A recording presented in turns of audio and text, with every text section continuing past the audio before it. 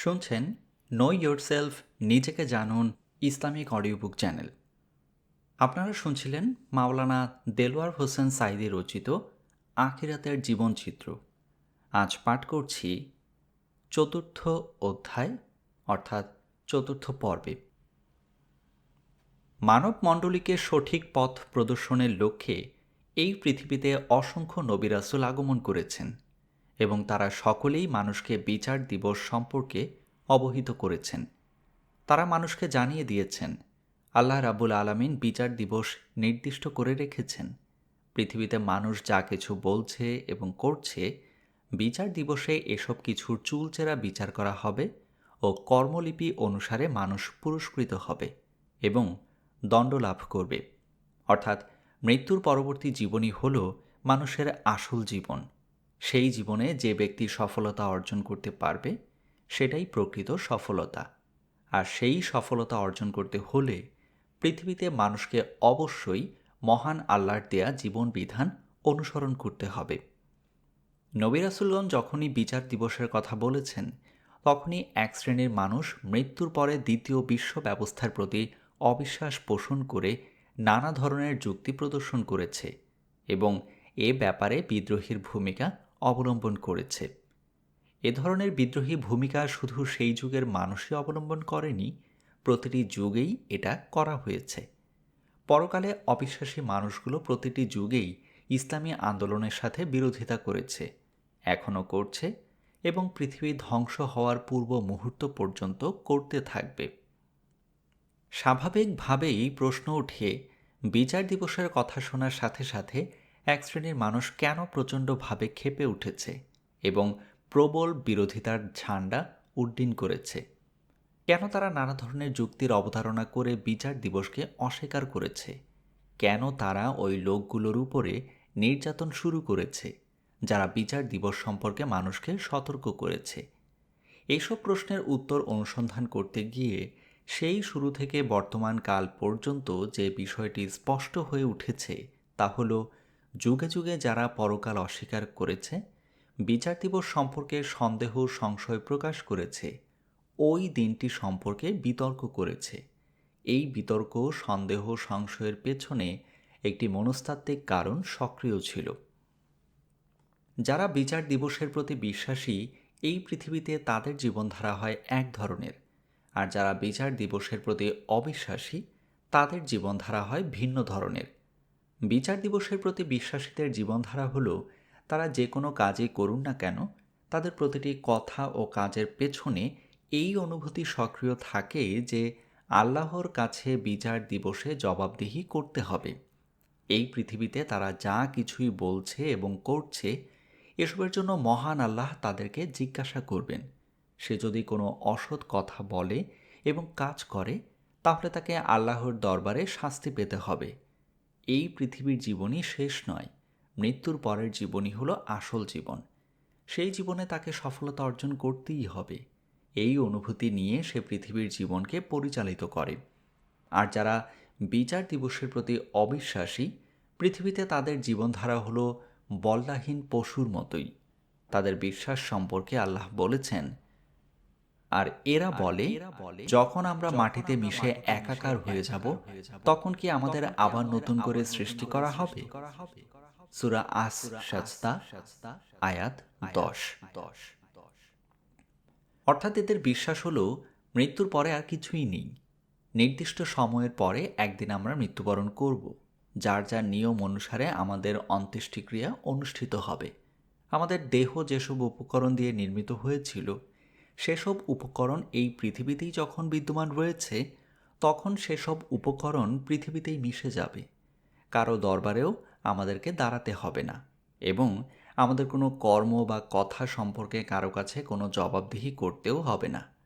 বিচার দিবসের প্রতি অবিশ্বাসীদের এই অনুভূতির কারণে পৃথিবীতে এদের কথা ও কাজের ব্যাপারে কোনো নিয়ম এরা অনুসরণ করে না। তার কথায় কার কি ক্ষতি হতে পারে, কে মনে আঘাত পেতে পারে, এসব চিন্তা তারা করে না। নিজের স্বার্থ উদ্ধার করার জন্য এরা যে কোনো কাজই করতে পারে। তার কাজের দ্বারা ব্যক্তি বা দেশ ও জাতি কী পরিমাণ ক্ষতিগ্রস্ত হলো, এ চিন্তা এদের মনে স্থান পায় না। এদের একমাত্র চিন্তাধারা হলো এই পৃথিবীর জীবনকে পরিপূর্ণভাবে ভোগ করার জন্য যেসব উপকরণ প্রয়োজন তা যে কোনো কিছুর বিনিময়ে হলেও অর্জন করতে হবে। যৌন অনাচারের মাধ্যমে যদি প্রভূত অর্থ আমদানি করা যায় তাহলে তা করতে কোনো দ্বিধা এদের থাকে না। সুদের প্রচলন ঘটিয়ে, অশ্লীলতার প্রসার ঘটিয়ে, ক্ষমতার অপব্যবহার করে, মিথ্যা, শঠতা, প্রতারণা, প্রবঞ্চনা ইত্যাদির মাধ্যমে যদি নিজের স্বার্থ অর্জিত হয় তাহলে অবশ্যই তা করতে হবে। লক্ষ্য ও উদ্দেশ্য একটি, জীবনকে পরিপূর্ণভাবে উপভোগ করো। এই জীবন একবার হারালে আর ফিরে পাওয়া যাবে না। সুতরাং জীবিত থাকা অবস্থায় ভোগের প্রতিযোগিতায় এগিয়ে থাকতে হবে। খাও দাও আর ফুর্তি করো, এটার নামই হলো জীবন। আল্লাহর বিধান মেনে নিয়ে বিচার দিবসের প্রতি বিশ্বাস স্থাপন করতে গেলেই পৃথিবীর জীবন হয়ে যাবে নিয়ন্ত্রিত। আল্লাহর বিধান বলছে মানুষের প্রতিটি কথা রেকর্ড করা হচ্ছে এবং বলা কথা সম্পর্কে বিচার দিবসে জবাবদিহি করতে হবে। অতএব হিসাব করে কথা বলতে হবে। আল্লাহর বিধান বলছে যৌন অনাচারের মুখে লাগাম দিয়ে বিয়ের মাধ্যমে বৈধভাবে যৌবনকে ভোগ করতে হবে। অতএব ফুলে ফুলে ঘুরে বিচিত্র উপায়ে যৌবনকে আর ভোগ করা যাবে না। আল্লাহর বিধান বলছে বৈধ উপায়ে অর্থ উপার্জন করতে হবে। এতে যদি সংসারে টানাটানি দেখা দেয় তবুও অবৈধ উপার্জনের পথ অবলম্বন করা যাবে না। অতএব অবৈধভাবে উপার্জন বন্ধ হবে। ভোগবিলাসের পথ রুদ্ধ হয়ে যাবে। কালো টাকার পাহাড় গড়ার রাস্তা বন্ধ হবে। অপরের স্বার্থে আঘাত হানার যাবতীয় পথ বন্ধ হয়ে যাবে। এক কথায় গোটা জীবনকে একটি নিয়মের অধীন করে দিতে হবে। তাহলে তো পৃথিবীতে যেমন খুশি তেমনভাবে চলা যাবে না, জীবনকেও ভোগ করা যাবে না।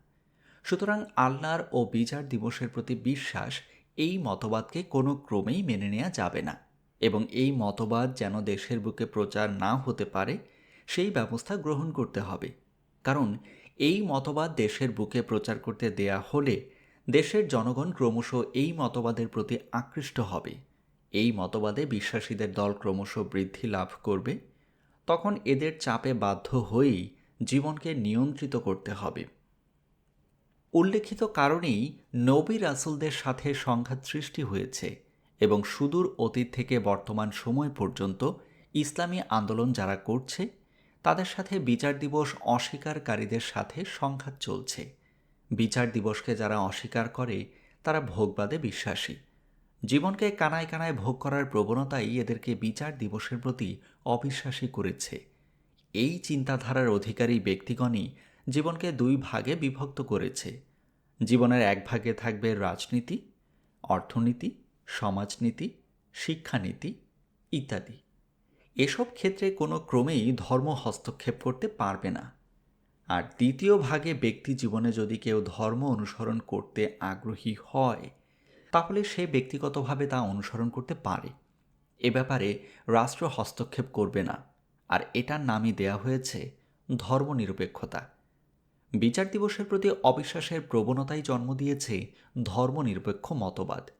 নির্যাতন নিষ্পেষণের অগ্নি পরীক্ষার মধ্য দিয়েই ইসলামী আন্দোলন অগ্রসর হয়েছে এবং বিচার দিবসের প্রতি বিশ্বাসীদের সংখ্যা এমন একটি পর্যায়ে উপনীত হয়েছে যে অবিশ্বাসীরা তখন প্রত্যক্ষভাবে বিশ্বাসীদের সাথে দ্বন্দ্ব সংঘাত সৃষ্টি না করে শঠতা আর ধূর্ততার চোরা পথে এগিয়ে গিয়েছে।